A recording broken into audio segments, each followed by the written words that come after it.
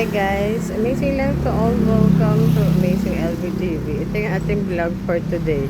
Nadaanan ko lang yung mga birds sinisilip ng cat. Sana wag naman niya awayin. Sana bati naman niya.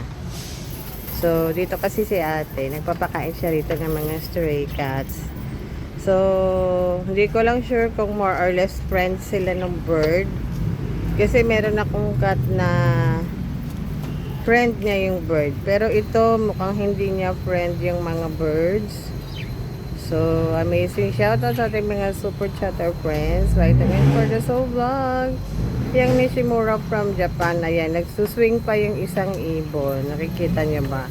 May swing. Tapos yung cat naman, napaka-bully. Ayan ang ating vlog for today. Shoutout sa mga pet lovers dyan. Naniniwala sa forever.